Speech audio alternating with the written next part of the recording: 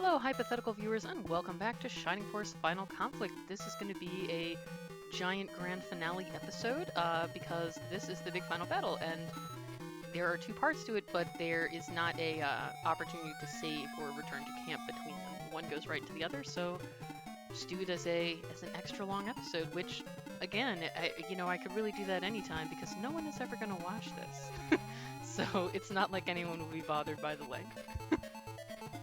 But in any case, we really are right at the epic conclusion of the game. We're climbing up the ground seal tower, which we also it's kind of interesting because in Shining Force 2 we also climbed up the tower, but then we fought our way to the top, but then we went down again or something, if I remember right. And I think the final battle was in the basement, or it was indoors anyway. It wasn't literally on top of the tower.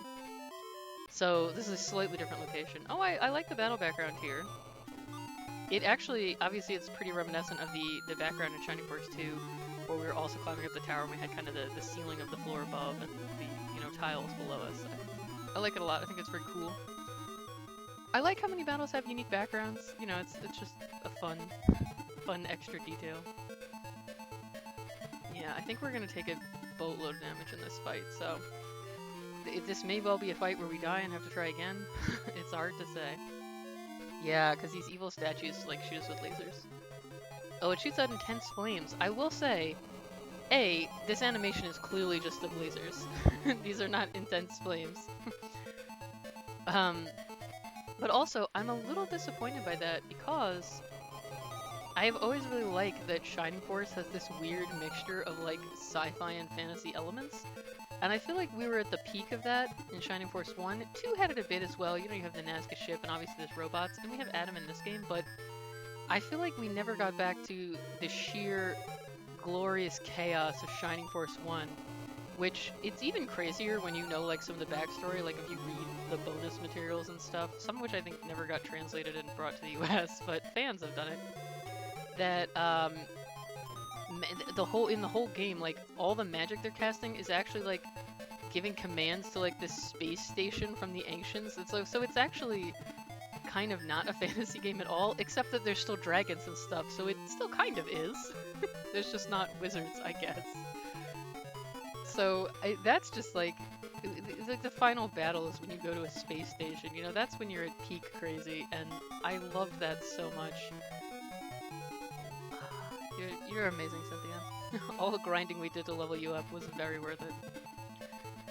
So yeah, I'm a little sad that they're calling it intense flames and not just lasers.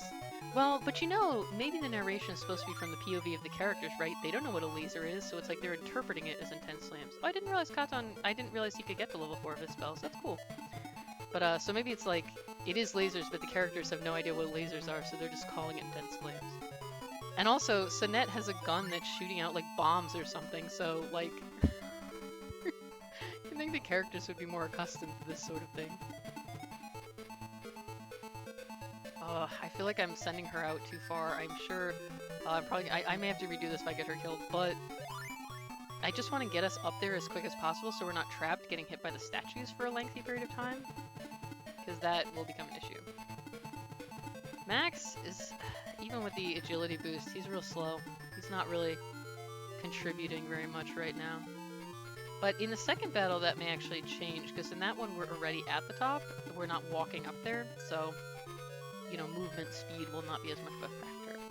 Nice thing about the birds, they can just stay to the side here and I think avoid the lasers pretty much entirely. Will this be the end of Howl? This might be. Whoa, he survived with 1 HP. Okay, I'm hoping we can save him, but I don't know that we will. I might have Cynthia use Aura 4. Man, those dragons are no joke. They breathe out the fiery breath. It's dang. It's funny, did the statues not attack because they didn't want to hit their own people, or what? Because 2 of the statues just skip their turn. No, I guess sometimes they just skip it. Maybe it's random. I still don't really understand the enemy AI for this game in general. It's a little baffling. Ooh. Oh, this is gonna get real rough. I think we'll live it because it's only level 2, but we are definitely going to want Cynthia to use Aura as soon as possible. Hopefully we'll survive until we can. Maybe I should have used it sooner. I don't know. Well, Howl's done, that's for sure. He didn't contribute anything. Maybe I was too hasty going up the stairs. I was worried about the lasers, but I might have rushed ahead too much, and maybe I should have stalled a little, hoping for them to get closer. This may end up being split into multiple videos if it takes many tries. Because this is a tough fight, I will say. The design of the fight is actually nicely challenging for kind of being part of the two-part final battle, where, like, we have to climb up this tower, and there's these statues shooting lasers at us this whole time, and also there's a large cluster of enemies at the top, many of whom either fly or have range. So we kind of have to walk up the tower towards them, taking fire this entire time, and kind of constantly being in the danger zone, which is like, and then you have to actually keep enough of your force alive to be able to do the second half of the fight. So it's like, that's pretty challenging. I think it's challenging without being overly bullshit. So I'm like, I may have to try this a couple times and refine my strategy. That's possible. It's possible that my typical strategy of just rushing ahead all the time is not really optimal here. That does happen a lot. Okay. So we're healing everyone up. We can't cast Aura 4 too many times because we'll run out of MP pretty quickly, but it is handy for situations like this. Oh, Run is really strong. I feel like if you leave him out of your party in this game, the only reason to do so is for like a challenge run.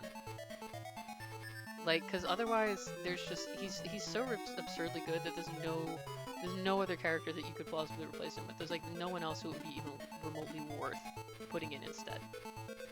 The only reason to do it would be to make the game harder for yourself because you like want it to be challenging. He's seriously that good. It's ridiculous. It's like, how did they not realize this character was way too strong compared to everyone else? I mean, not that I'm complaining because like he's really useful, but it just seems like a strange design choice. Right, Max, show us what you can do. His sprite definitely evokes that first game's like his cape and his hair and stuff. His attack animation's a little awkward. He's kind of just like flinging himself like with a sword, but I guess it's a little different than his first game animation, but it kind of has a similar like one big swing, so it definitely evokes it. Not bad. The colors are a little muddy, to be honest, so I don't know if I love that. But it is also like, it's a Game Gear game, so yeah, it's like the sprite are obviously like not as detailed. That can't be helped. But I think some of them would benefit from just slightly higher contrast colors, to be honest. To make it a little easier to tell what is happening with them. I think Max's sprite really has that problem where like, it's like all kind of dark colors, so it's blending together a little. Yeah, so obviously they would go after Ben because he's the main character, so if he dies, we lose. Man, when the dragons are dangerous when they use their breath attack, but when they just bite, they're pathetic. Like, it's really only the magic-using enemies, and then the enemies with, like, special attacks that are a threat. Which is probably why almost all of the enemies are one of those too, at this stage. Well, even if we have to go back and like reset, at least we'll gain some levels out of it. Ugh, rough. Oh, but yeah, it is friendly fire. It hit the dragon too. Which deprives us of X, but does protect us from it, I guess.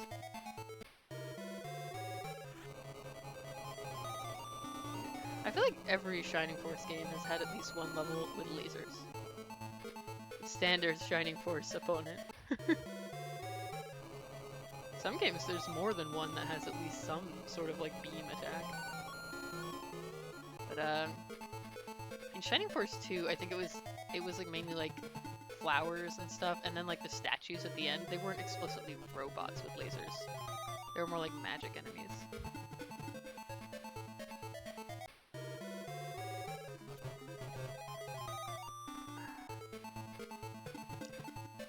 I may have to go back regardless just because I want to at least have us see Odd Eye's animation, since this is like, we fought him in Shining Force 2, but this is the only game where we get to play as him.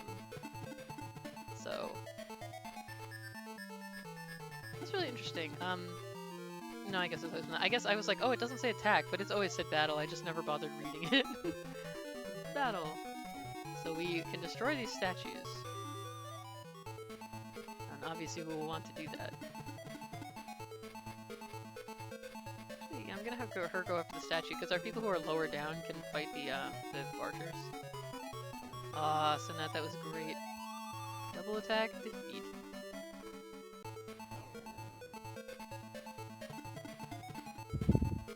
Okay, I'm gonna group around and attack this guy. The ones who can get further up, I'm just moving them up, because we have other people further down who can still attack that.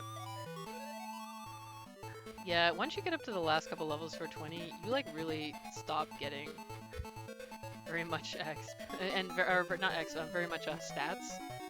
Like, I guess at some point you are where you are.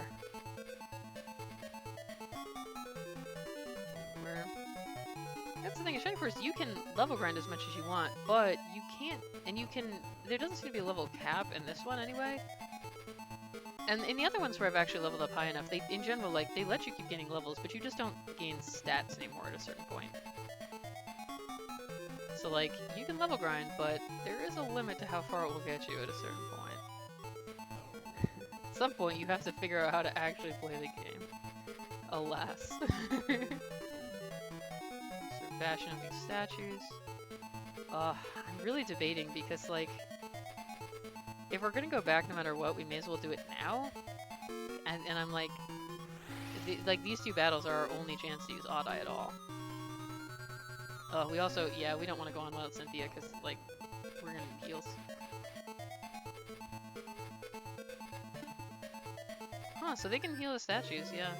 They're actually using their aura. This is why Focus Fire is the best way, because if you Focus Fire, you'll kill the enemy faster and not leave them open to be healed. I don't know why sometimes they just don't attack. Is there like a cooldown period? I'm not sure. But yeah, I think we just need to approach a little more slowly, just be more cautious. Yeah, let's just egress out.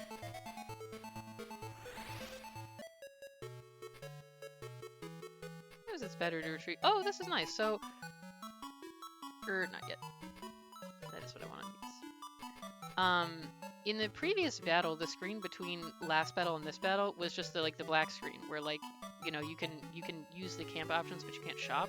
And I was like, oh shit, you know, we have no more shop. You got what you got. But if you egress from the battle, you actually do get a shop, which is nice in case you, like, maybe you forgot to buy an upgraded weapon for a character, or like you know, could use more like healing items or something. You're not just like shit out of luck trapped in endgame. That's good. Okay, I guess that's just resin people. Let's see what is actually in the shop. I'm curious.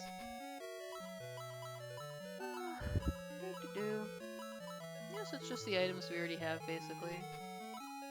One of the bargains. It's funny that the word is translated as deals, but the button says BGN, which is clearly for bargains. We could buy another healing rain if we feel like it. Oh, there's also...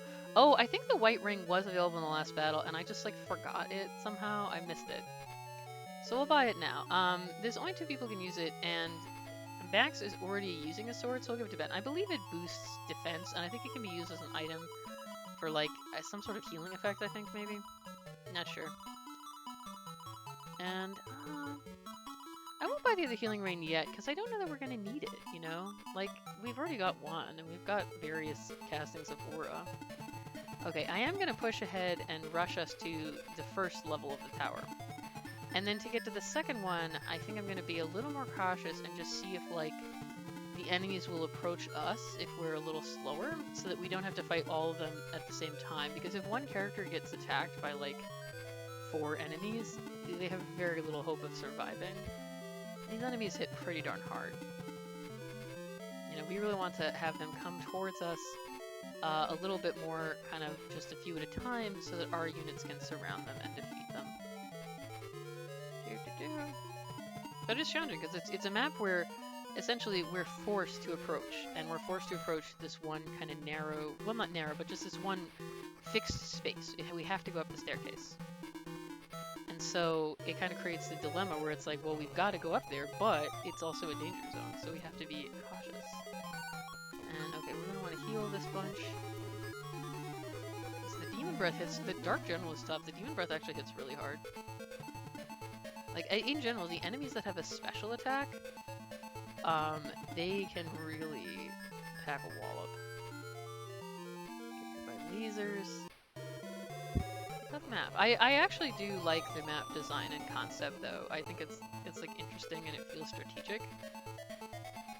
Whereas some of the maps in Shining Force games sometimes are a little they're a little dull occasionally. This one is more interesting. It's also, the indoor maps tend to be a little more focused, whereas the outdoor maps are like weirdly vast for the amount of space you actually need, but the indoor maps tend to be a little more designed for what you're actually going to do on them, not just pure aesthetics. Ugh. This is rough. Maybe we should already just use an Au revoir.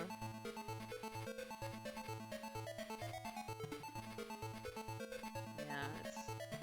Go with the first tier, and then we're gonna want to see if the enemies will approach us at all. Like, if we can actually get them to move down a bit.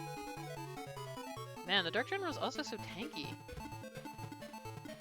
I'm not gonna heal up yet, because we can't get everyone out of range of the laser yet, so it's like, the laser is not at a point where it's gonna kill everyone, but it would damage them more, so I'm like, I'd rather get us to a stage where we're not instantly gonna take more damage before I use up the heal. Oh, very nice. Everyone's getting so tough. Their levels are so high. Delightful. Maybe he'll reach level 19 now, it could happen. And he's still getting good X from this. Not quite, but soon. Tell these are endgame enemies. Okay, let's keep trying to take down this Pyro Hydra. Very good, Sylvia.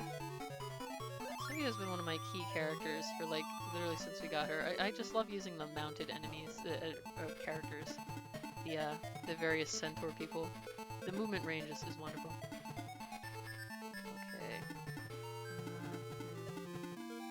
I guess we could have, since she's kind of standing away from the rest of the group, we can have him just kind of top her off. I don't necessarily want to bust out Aura 4 yet, because it costs a lot. We're pretty limited in how much we can use it. Yeah, we can have Howl kind of hide over here.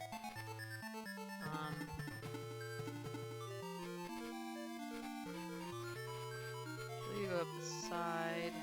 Kiddo just gonna tuck in behind her. We can get even just like the flying enemies to just kind of come down. Oh man, the constant attacks of the lasers are very tough. It's we lose a couple more times, I may cut the video just so it doesn't get excessively long. This will be the video of defeats. Oh good, so they do come downwards. Is Ada gonna die? He died again. I really want us to at least see his attack animation. I need to not move him as far forward because he's not good, basically. But this does confirm that we can get the enemies to approach us. We'll still take pretty heavy damage, but we will not have to face them all in a single pack. It is possible. So I'm going to retreat just to res Odd-Eye and then kind of implement this same strategy, but not sending basically the characters like Max and Odd-Eye who are just straight up not as good. Because, like, they're just straight up not as good. Maybe with some level grinding, but... just the sheer amount of attacks your character can take each turn is intense. So many ranged enemies. Yeah, even this, I only had them go to, like, the first step of the tower. Maybe I should have them actually stay down on the first level and not even go up the steps. Okay, let's... Oh, no one is exhausted. I guess we don't have to bring Adler back because he's not technically a deployment slot. We can't look at him in the stat screen there. We can't swap his items. He just joins in this battle. Outside of this battle, he does not exist. So we can really only look at his stat screen in this battle. It's also another curious fact about Adler. He has quite a bit of MP. He does not have any spells, nor can he acquire spells. Why does he have MP? Maybe at some point they were originally planning to give him spells and then they decided not to. Maybe, you know, it's just to indicate that he's like a magical being because he's a greater devil. Who knows? But maybe he was originally supposed to be an earlier recruit and would have like spell list or something. Hard to say. But it is a little baffling that they bothered to give him MP. And like an MP growth. He can gain levels and get more of it, but he can't do anything with it. This may be... I usually don't use speed up function unless I'm like the frame skip, except when I'm like level grinding to speed it up. Normally for recording I don't. But for this battle, I've got to considering it because it's like, man, these enemy turns take a really long time. What a hassle.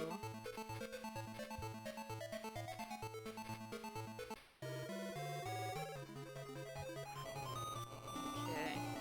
I think there's a lot of silences here, but you know, I'm just kind of waiting as the enemy turns pass. Yeah, I think we'll want to we get to the top, the second floor of the tower, the landing, and then we'll just kind of hang out there, because I think we may be able to get the flying enemies to approach us without going to the center area. And then that'll give us some time to, like, heal up. So we are getting pretty beat up here. So this, you know, we'll wait on the landing to kind of hopefully thin out the crowd of enemies and recover a bit from damage before moving to the second area.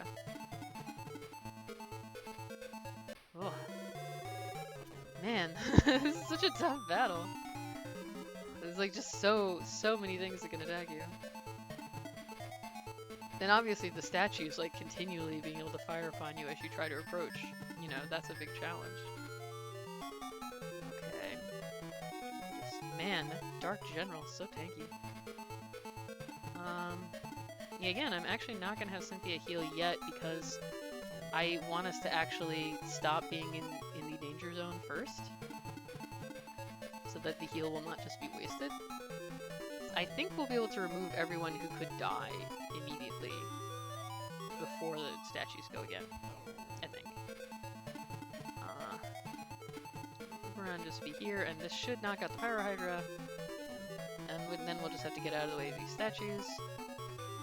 Okay, he must be very close to that last level. Side. I'm just checking the... Yeah, so it's just the edge of the stairway, basically.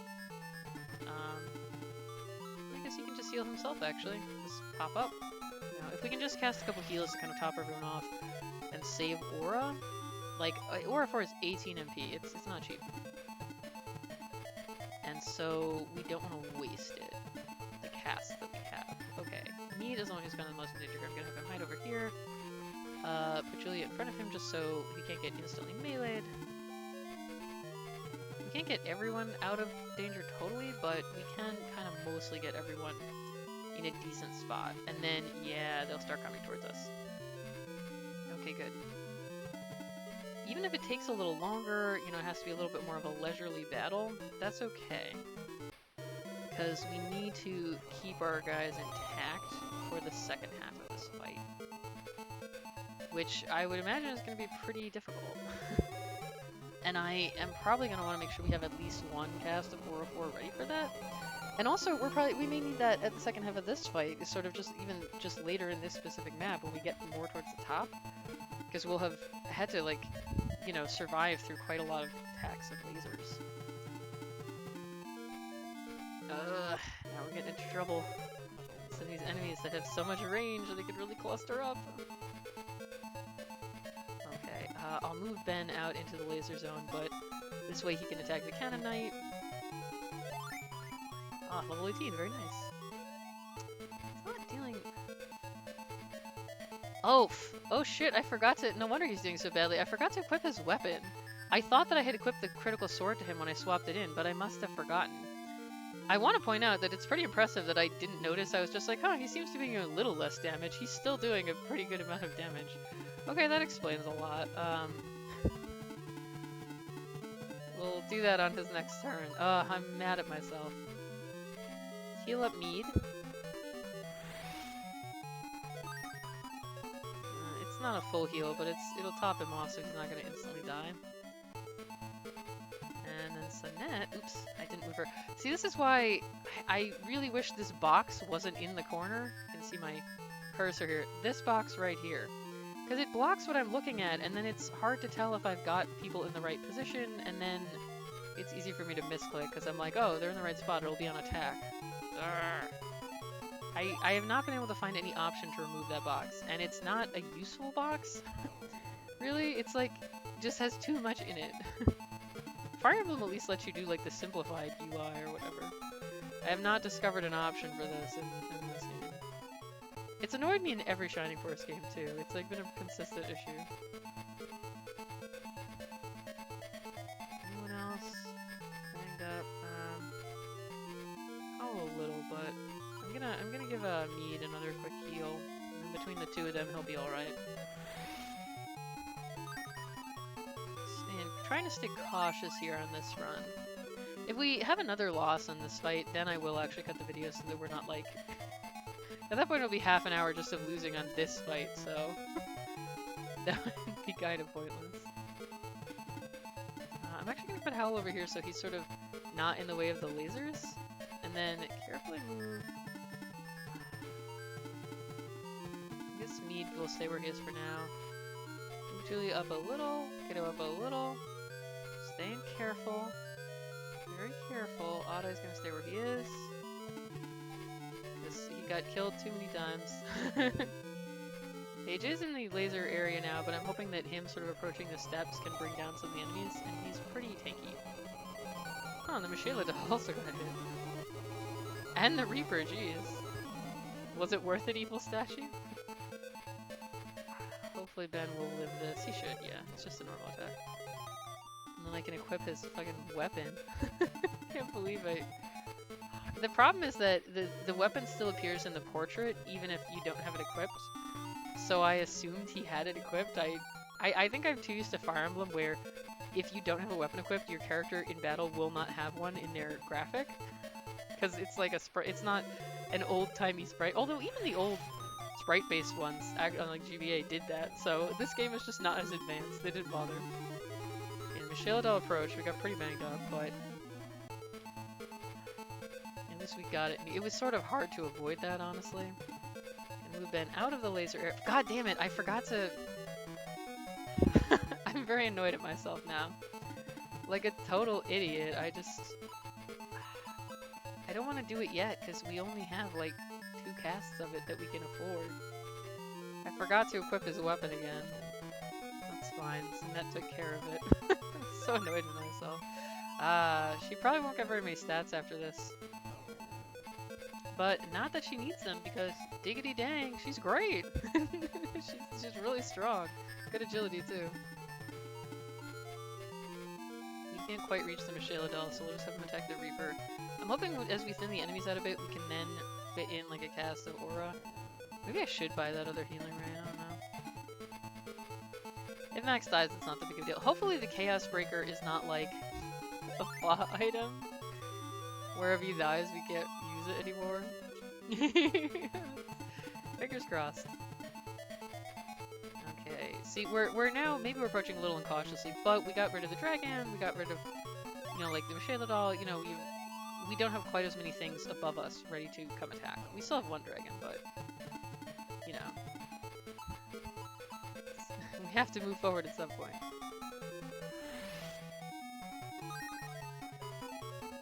Topping up.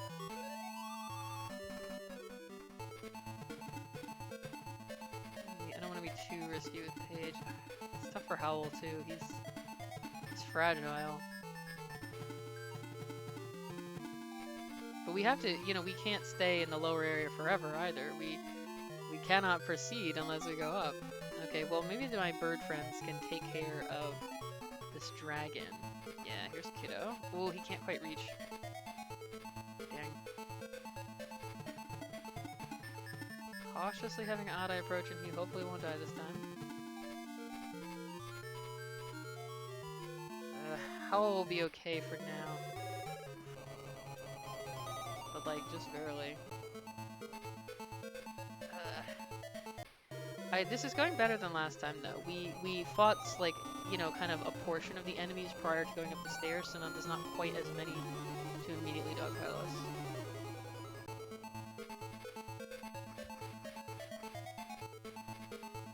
Well, Max is close to full HP. He'll live this. Woof, that was a heavy hit. That was rough. God, when are we gonna get a turn here? Get a turn, my army. Uh-oh. There's so many enemy turns before any of our guys get to go. Jeez. Arg. Wasting all my effort. If only Kiddo had been able to move one more square, then we could have avoided this situation. Come on, when is it gonna be? Okay, this time I will actually equip the sword. Okay, this should go much better. That was very satisfying. That appeased me. Okay, I'm gonna bust it out. Just because we're gonna have to sort of be going up the staircase for a bit, it's gonna be a couple turns before our characters can actually be out of the laser zone. So I want to make sure that they're not going to die before we can even get to the top of the stairs. And they're not all in range for an Aura 3, like they're too spread out right now. So, also this heals more, I believe. Okay, pretty much everyone was injured at this point. Very few of us didn't have chip. So, that was a pretty opportune time.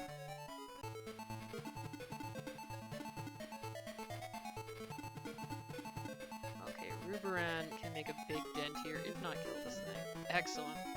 Critical hits.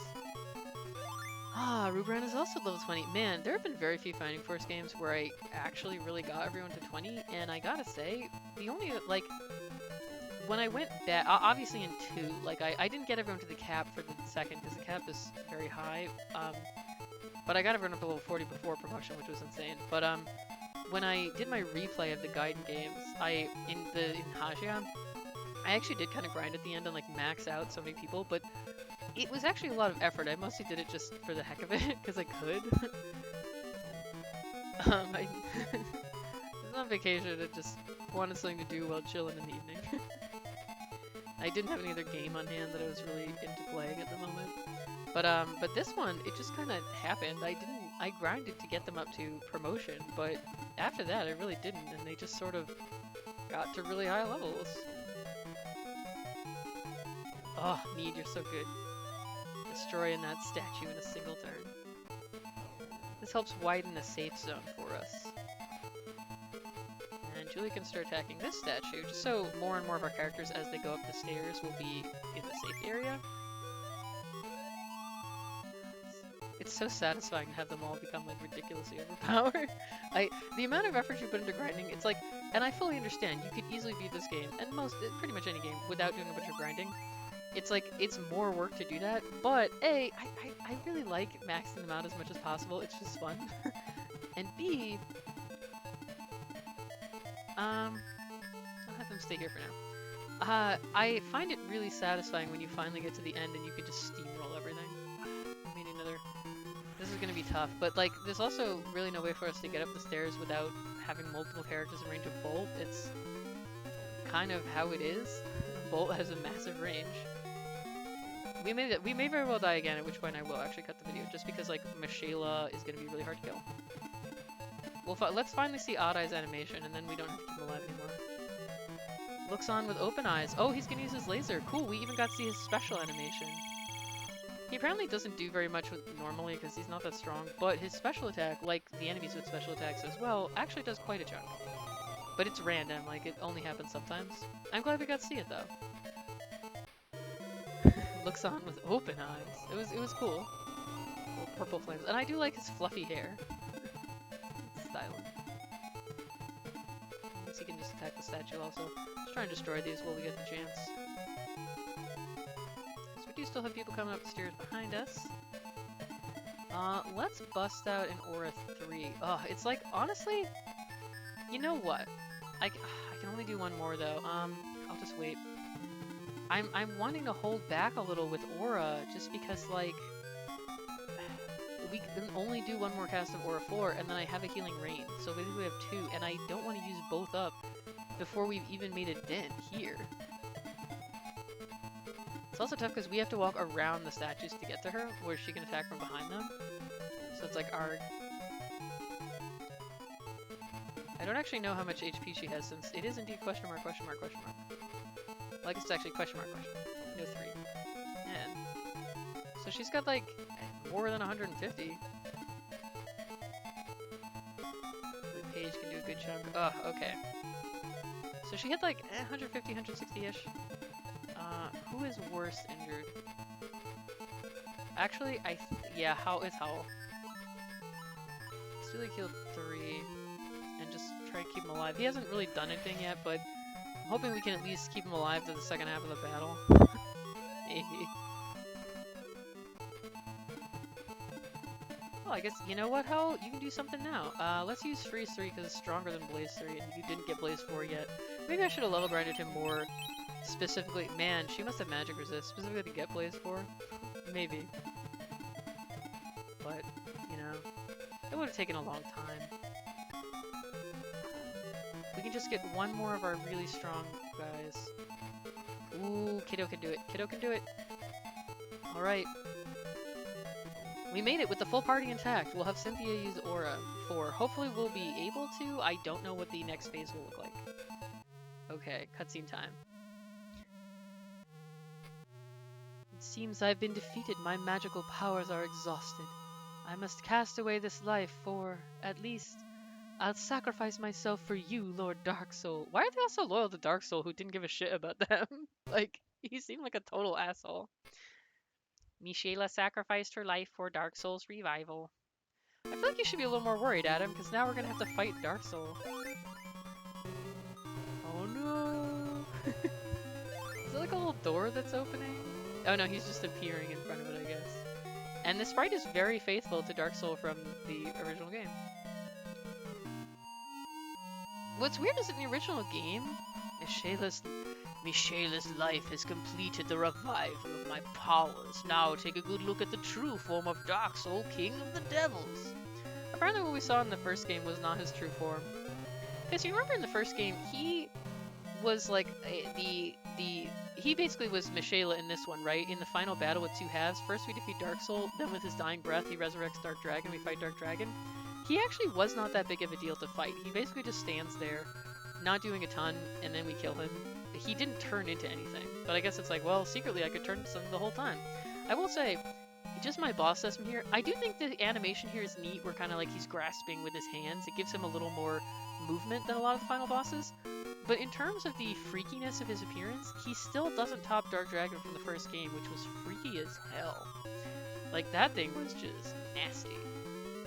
And then in sort of Hydra, the Iom statue is like, it's cool, but it's not really freaky. In the first Gaiden game, just Hydra, like Shining Force Gaiden, the thing you fight is certainly weird, but it's like weird in a way that's not like terrifying and freaky. It's more like, what the hell is that? That's kind of gross, kind of minor. The wall that Xeon turns into, somewhat freaky. I'd rate him like just lower than Xeon, because he basically looks like just a bog standard, like, oh, he's a demon, or like a devil in this case, I guess. He's not like, oh, he's an eldritch horror from another dimension, get rid of it immediately. He's like, yeah, he's scary, I guess. He's average. Like, not in terms of the sprite design being bad, it looks very nicely sprited. I just mean in terms of the character concept design. It doesn't have the horror of Dark Dragon. It's more like, yeah, it's an enemy in a video game. It looks about what you'd expect. Look over there, everyone. Dark Soul seems to have completed his revival. Prepare yourselves to defeat him. Now, my understanding for this game, I like how they hid behind the little statues, is that... Did we actually get topped up? Maybe the guide I was using was just wrong. Because the guide I was using was like, oh, you don't... Well, your characters don't get resurrected between the battle, but I guess we do all get full healed. Wow, if I knew that, I probably would have actually been a little less cautious with Aura, but it was fine. Oh, no, we don't, because Adler is still injured. Maybe Adler just doesn't get the heal and everyone else does, because he's technically not a party member. But my understanding is that you are supposed to kill the hands first, and... Okay, this actually does look pretty freaky. His battle sprite, it's like, oh, that's got... Look at his, like, weird mouth and, like, these, like, creepy ribs, and, like, are those, like, wings, or what the hell are they? Like, those on the back? Like, that's actually got some spook factor. His map sprite, not so much, but his battle sprite, ugh. So we're apparently supposed to try to stay a little out of range here to fight the hands before attacking the head. So we'll try, but I would imagine we're going to take some hits. He probably has the bog standard, like, giant AoE attack. I will say, you know what I like? Obviously, like many video games, when you hit the enemy, there's like a flash, the sprite flashes briefly. You can see here that when we attack the left hand, only that hand flashed. So it like actually indicates which one we're attacking, which is cool. We're putting Max directly in danger, but what the fuck ever. It's a final battle. It doesn't matter if he dies. So these things have a lot of HP. I wasn't totally keeping track of the damage we did, so I think maybe it was around like 160, something like that. So they're not exactly frail. I'm trying to just cautiously get our dudes closer. Okay, Mead is close enough to get in the game here. Yeah, it seems like they could have like 160 or so. Howl's gonna just go all out, cause like, you know, it is what it is. He isn't really. Oh, that's good. He did a decent amount there, I guess. He didn't do a ton or anything, honestly, like in terms of contributing to this battle or whatever. But you know, I kind of brought him just for the sake of bringing, like, you know, our full original party that we started the game with and all. Ooh, that counterattack is like cool animation too. It has kind of a scary factor. It's like just like ominously slamming forward. That's actually pretty nice. But, what was I just saying? Oh, yeah, he hasn't. Oh man, we're getting the AoE now. Bolt level 3. Oh shit. The animation on this is nice too when he actually lifts the hand to cast that specific hand. As the final bosses go, a lot of them haven't really differentiated in this way. I think the animation on this, all the different animations in this one are actually really nice. Freeze level 3. Oh, and the two hands actually have slightly different casting animations. The other hand just raises up a bit. This one, he sort of sweeps it out. So that's actually... I love the amount of like detail and work put into his battle sprite. I really like it. This should be enough to take out the hand, I think. Excellent. His right hand was defeated. And Ben got to level 19. We got to such a high level in this game. So I love it when our characters get really badass. His hand is like all withered now. And I think this should be able to take out this one. Oh neat, and he kind of put his hand down when it got defeated. Yeah, she didn't get any stats at level 21. I think when she reached the max level, you're kind of done. There's nothing more to gain. Oh, I didn't mean to hold there. So, do we have to be... How do we battle his front?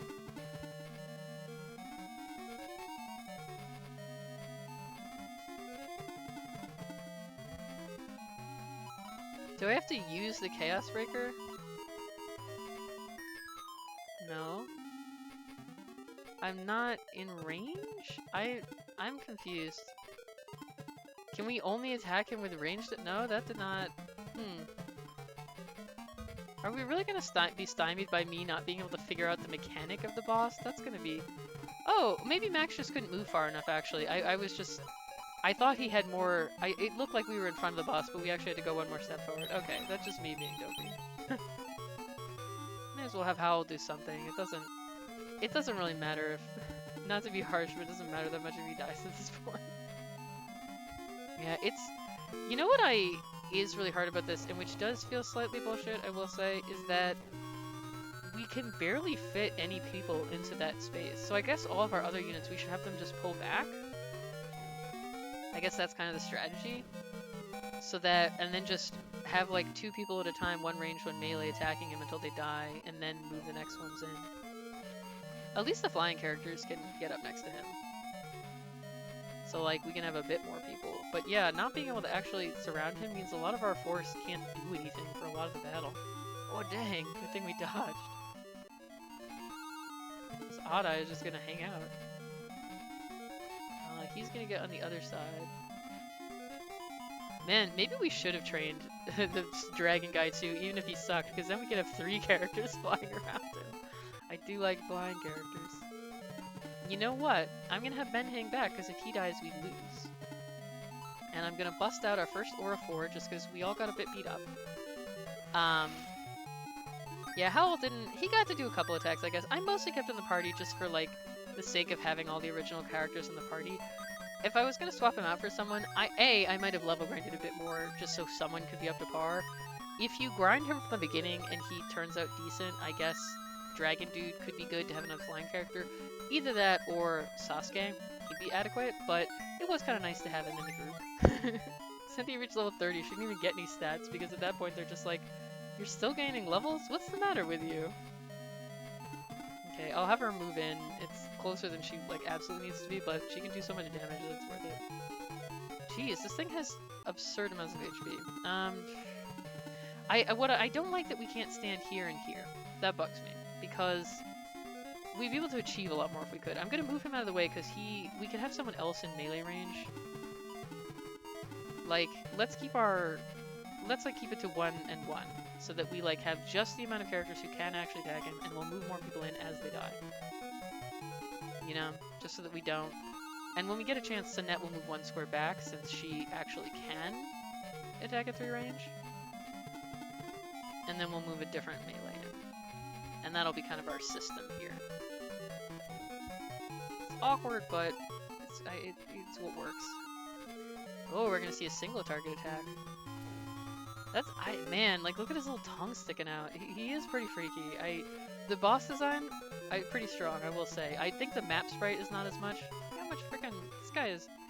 That had to be like 200 HP at least. The map design is like, it's fine, but it's nothing like special. The battle sprite, pretty cool and creepy. This is a long episode.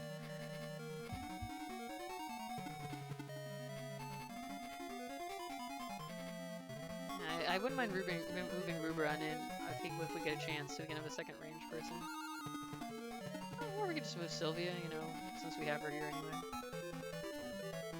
It feels like the final battle is like a lot of the characters are just not participating. They're just like, yeah, we're just chilling.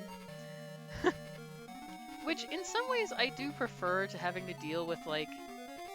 Now that there's not as many of us, he stopped using his, like, big ranged attack. Maybe he only uses it when there's a certain amount of people. This may finish it. It kind of annoys me when I have to deal with ads during final battles, but also I feel like here it might have made sense, because most of our force are just like, well, we can't do anything. Maybe they assumed you'd attack the head and hands all at the same time instead of starting with the hands, because then it would be a bit more going on. Here we are. Whoa, his face portrait is freaky as hell too. Look at his mouth, dude, he's scary. His map sprite is the only thing that lets him down a little. They could have made that a little more spooky, but his battle sprite and face portrait bring the spook. It can't be. Mere mortals can't have defeated me like this. My revival should have been completed. How? Something has been holding back my powers, but what? Hey, it's Matula. Dark Soul, the completion of your revival was hindered by the one you personally sealed away, the Devil King Zayon. Ah, I can hear the voice of Goddess Mitula. Oh yeah, we met her early in the story. I forgot about that. Zayon, is that you sealing my powers from deep below? Now, Ben, throw the necklace at Dark Soul. Okay, it's been so long since I played this that I don't even remember what this necklace is. Why does he have it? Did she give it to him? Maybe she did. Ugya! Dark Soul falls into the abyss.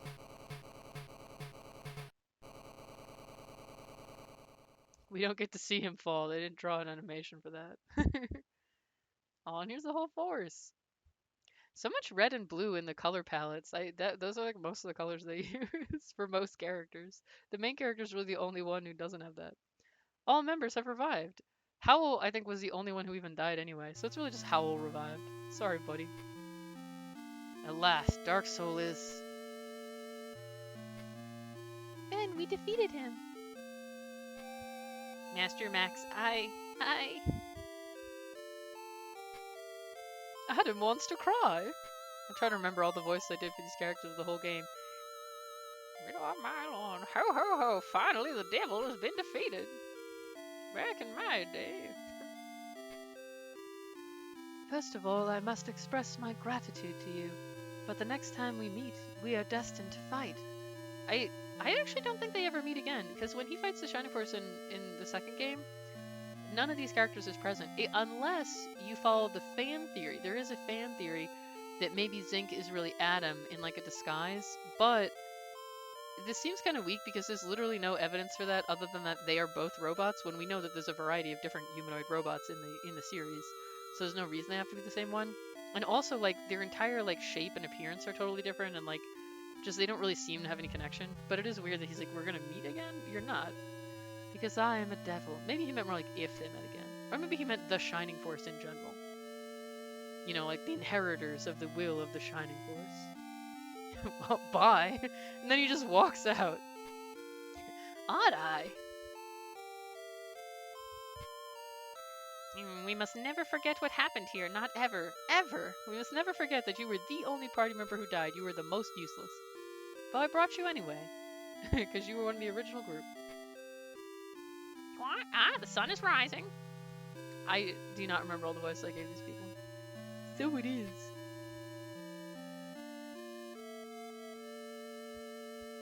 Like a kiddo is flying in the gap because he's a bird. I think that really shows again how this game has way more like cutscenes and character interaction than a lot of the other Shining Forces. In spite of having not as much of a plot, it's got a lot going on. And so that's what happened, King Gallum. Splendid work, most admirable. You really are the Shining Force. But Dark Soul's powers are still present in this world. He's not dead, and his revival must be prevented. Although he doesn't come back in the series, because in Shining Force 2, we're fighting Xeon. Dark Soul's not even there. Dark Dragon apparently didn't come back, and Dark Soul did. So Ben left this sword because its powers could offer some protection. Chaos Breaker. This is the ancient sword that Max wielded, and I awarded you recently, is it not? That's correct, Your Majesty. This sword possesses the powers of light and darkness, actually. Please use its powers to protect against the devil's revival. I understand completely. So how about this? Since it's said that Xeon is sealed there too, we'll place this sword in the shrine. Because it possesses protective powers of light, I expect it will supply extra protective strength. And of course, that is the shrine where we ultimately find it in Shining Force 2. And that's how we get this sword. So you can see, again, how this is like the bridge between the two games, because it even makes it so that the magic sword we get in Shining Force 2 ends up being the same sword from Shining Force 1. So it's like, you know, it's the hero passed it on, so that it actually is like a sequel, basically. Instead of just being sort of vaguely connected. Many thanks, Your Majesty. So after this sword will be placed in the ancient shrine, the sword will be renamed to Force Blade in honor of all you've done. It's a good idea, don't you think? This is also kind of interesting, and I don't know if it's just because, like, the games were probably not originally meant to be connected in that way. They're just like, yeah, we just wrote another one. It's just similar in theme, basically. And so in Shining Force 2, it was called the Force Sword, not the Chaos Breaker or whatnot. So here, since they're saying now it's the same sword, they're like, and then they renamed it to the Force Sword. In this translation, it's Blade, but in the original publication of Shining Force 2, it was called the Force Sword. Which, it's funny, it never occurred to me when I played that game that it was the Force Sword because it belongs to the Shining Force. Because that seemed, that seems a little dumb. I thought I thought force more in the idea of like a noun, like how much force is being applied to something, like it puts out force. I don't know. It seems sort of odd. Why didn't they call it the Shining Blade? The Force Blade? Thank you, Your Majesty. This is indeed a very happy occasion. And now, my children, have you decided on a person to work together with Gallum in protecting the ground seal? My children, like, they're not even from this place. Yes, we all agreed that this matter should be decided by Ruberan. This man is to become the king of Ground Seal. He's a more patient man than I and far more suitable. Allow me to introduce him. Is this going to be that guy he left behind at the beginning? It is! Okay, I love this. This is an amazing callback.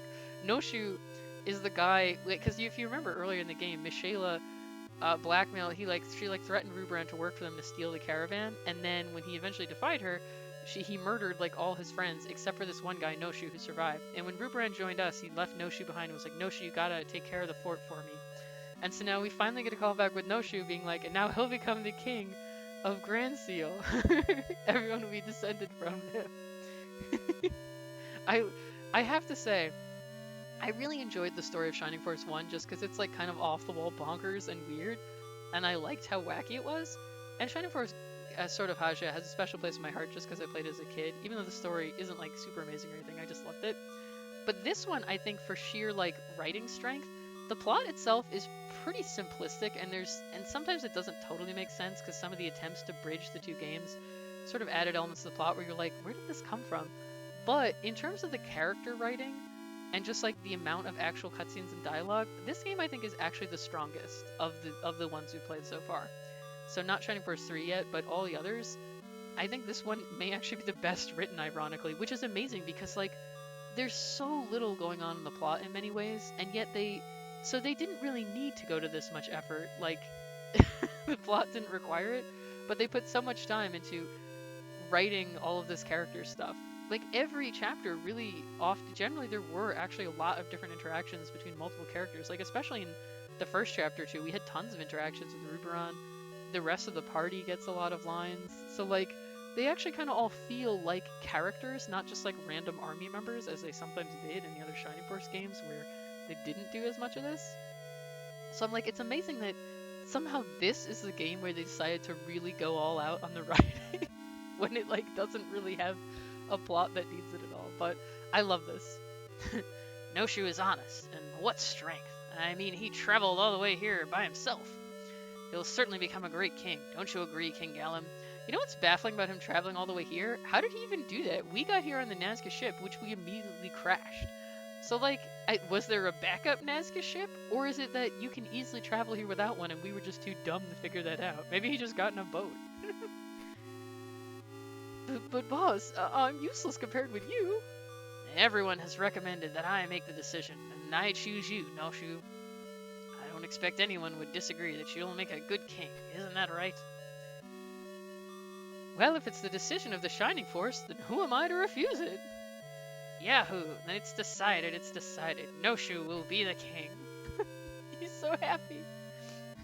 He's a very supportive boss. He's helping his underling get a promotion. Isn't it great, Noshu?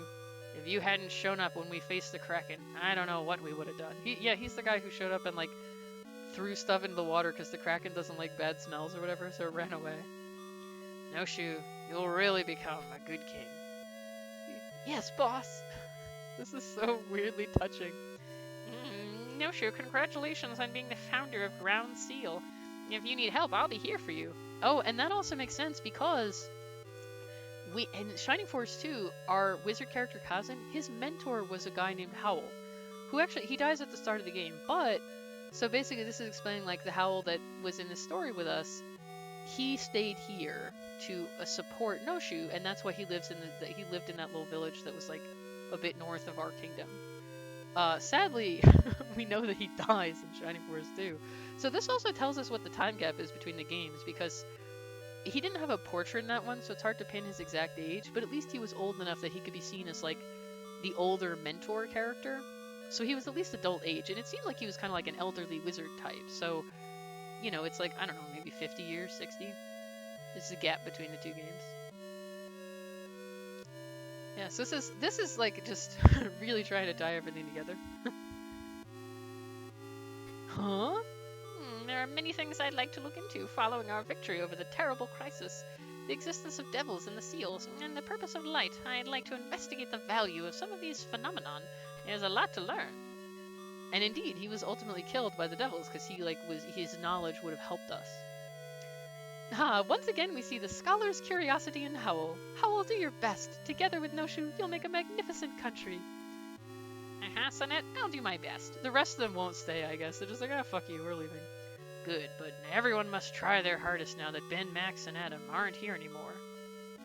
Why did they leave? Where did those guys go, anyway? Okay, so this is the story. It's actually a mystery to the characters also, not just me. You're right. Where did they all go? Even Odd-Eye fought alongside us. Everyone joined together, and for the first time, we really were the Shining Force. But I think I can understand more or less how Ben and the others must be feeling. As a man, I feel that now is the time for my own preparations. I want to travel too. As a man, you look like you're like 6 years old. He's like the youngest looking.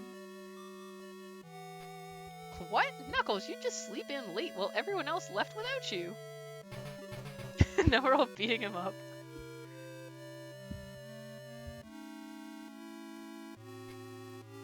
I, for one, am sure they'll come back to us someday. Someday, without a doubt. Well, I guess we don't know because we never got any more stories about this group. We don't see them again until like 50 or 60 years later. So we never really know what happened to Max and all. And here's Odd-Eye. Mephisto, this is the place where your parents sleep. Take a good look at it and remember it well. Wow. It's a baby. There now, Mephisto. Don't cry. Well, Mephisto, we must go quietly to the place where our comrades wait. So, you know what's weird about this, though? I have no idea who the hell Mephisto is, because there was not a character named that to my memory in Shining Force 2. And even beyond that, even if it was just like maybe his name was translated differently, I just don't remember any character this could possibly be. Like, we fought various greater devils and there were different generals, but none of them was the child of anyone important. Like, this is supposed to be Dark Soul's child. So A, he would be the enemy of Odd Eye anyway, because he would be in a different faction. But also, I'm just like, I really have no, like, what character would he be? He's a greater devil. The only other greater devil I can think of, is he Creed? Like, maybe for greater devils, age works differently, so that's why, he seemed older than Odd Eye, and that's why he knew who Odd Eye was. But beyond that, I'm like, none of the bosses that you fight seems like a good match. Unless maybe he's, what's his name? The, like, wizardy dude that we fought so many times. I don't know which character this is supposed to be at all. This seems like it's a plot hook tying into Shining Force 2, but I'm just like, is it? Was one of those characters supposed to be the child of Dark Soul? If so, it was not mentioned. And since Adler only regained his memory at the end of the game, we never would have heard of that. Shining Force Final Conflict, there you go. So we beat the whole darn game. Yeah, now we're seeing like cutscenes from throughout the game. This game, like I was already saying, this game actually had a surprising amount of cutscenes and like story scenes, and I actually really enjoyed that. I was like, I got attached to all the characters and felt like each of them actually had like their own distinct kind of personality and dynamic, in a way that most of the other Shining Force games maybe only had that with like one or two characters, like a very small set of the main characters.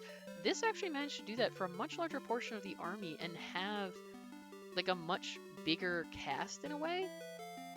And even though the story itself, like the actual events of the plot, were mostly kind of like, this plot is a little rambling and incoherent at times, the writing and the characters worked really well. So this is sort of a weird, quirky Shining Force that I had never even heard of until I just literally looked up a list of Shining Force games.